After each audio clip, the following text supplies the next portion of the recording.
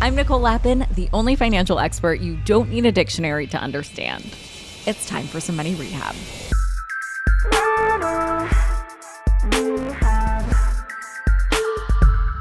Psych. It's actually not Nicole. Hi, it's Morgan, the executive producer on the show.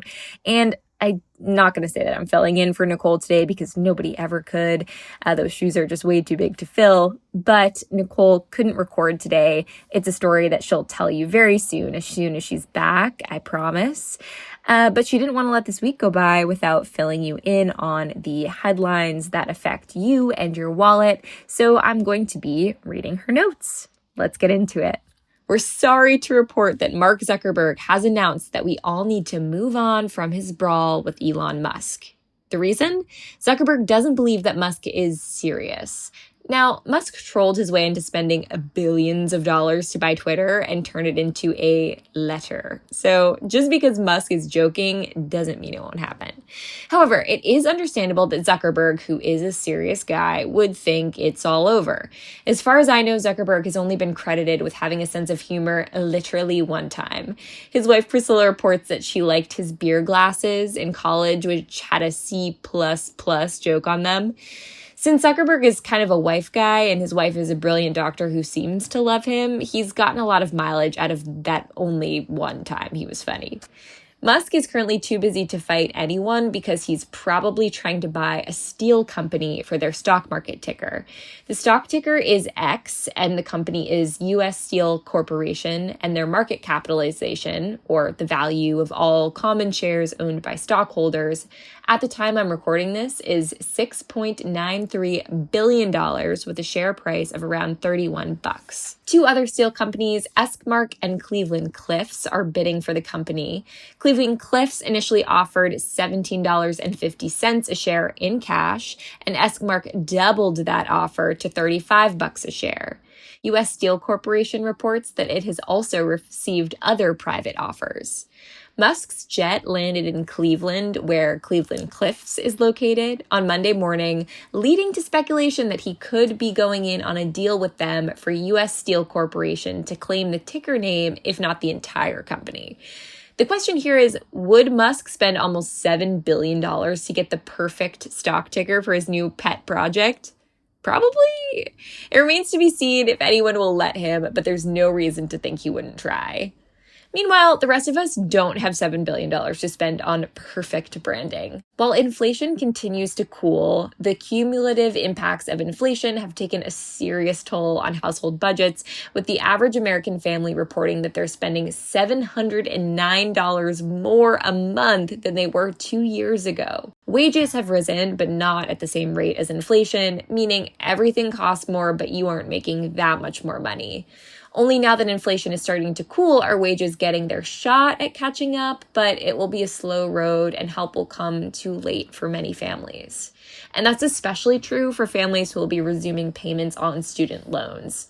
About 1 in 5 adults in America have student debt. Of those who do owe, almost half, or 45%, expect that they will be unable to pay their loans when they come due this fall.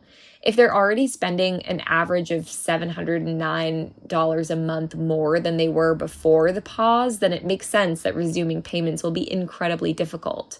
If this is you, then be sure to check out income-driven repayment plans.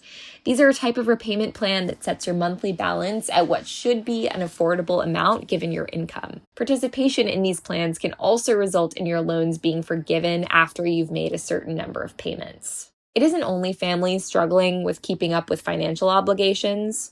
WeWork, a company that describes itself as a co-working space provider, but is really a corporate landlord with some extra steps, has announced that they are worried about their ability to remain a, quote, going concern. Now, being a going concern is a legal term that speaks to whether a company is making enough money to stay in business. And fessing up to that worry means that bankruptcy is on the table for WeWork. But let's back this story up a little bit because this is a company so notoriously wild and mismanaged that they were the subject of their own Apple Plus miniseries, We Crashed. WeWork was founded by Adam Newman, and boy, did he keep it toxic. We're talking bottomless kegs, tequila shots in the office after layoffs, and ignoring workplace sexual assault allegations.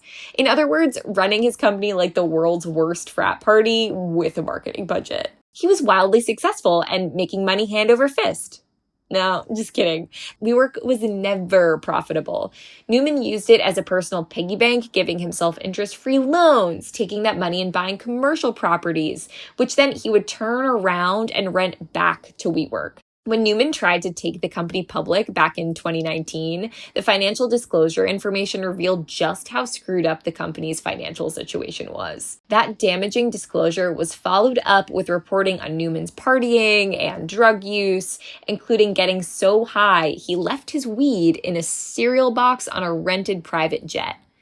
And he was ousted as CEO a few months later. Forcing out Newman failed to fix the fundamental problem of WeWork. Again, the basic idea just isn't profitable.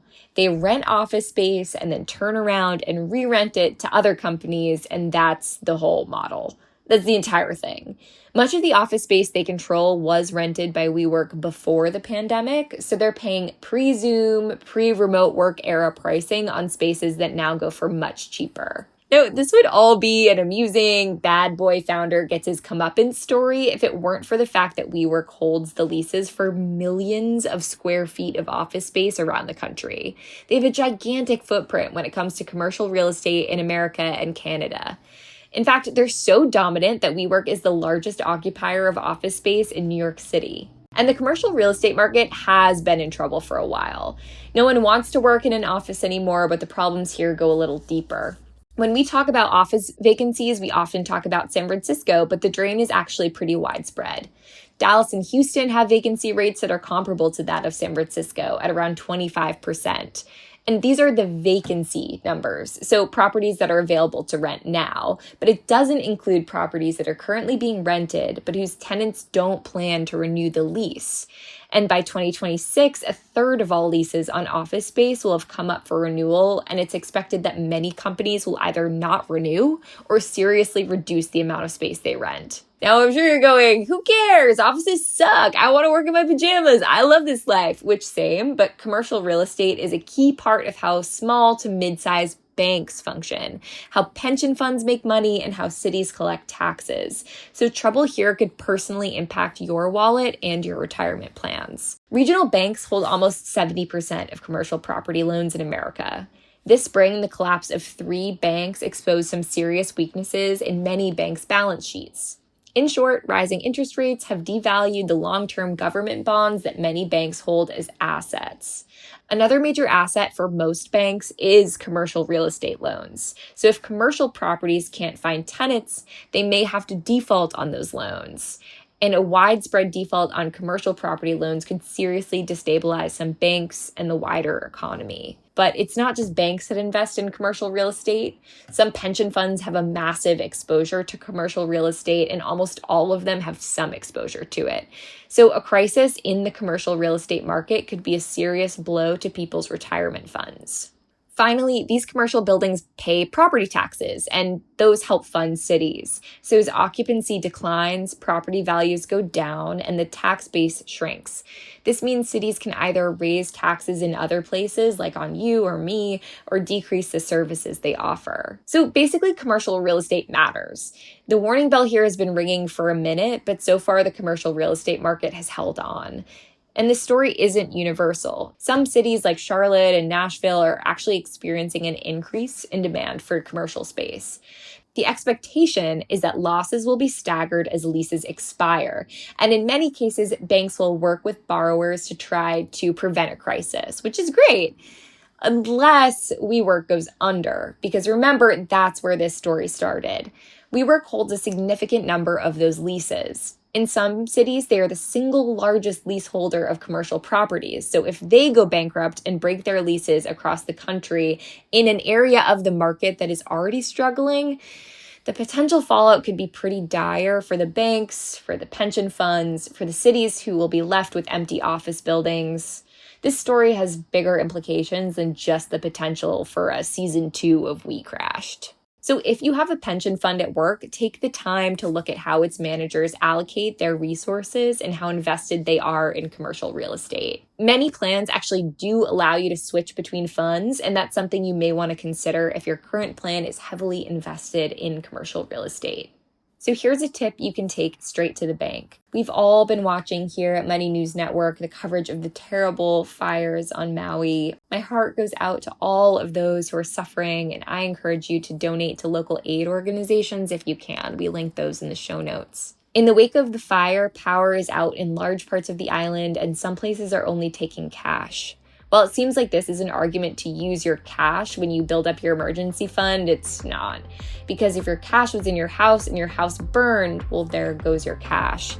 So the best practice is actually to put most of your disaster emergency cash on a prepaid credit card and hold a small amount of cash somewhere you can easily grab it in case of emergency, like an earthquake or fire bag. If your prepaid card is destroyed, you can report it to the issuing company and get a new card and use your cash on hand until the power gets turned back on.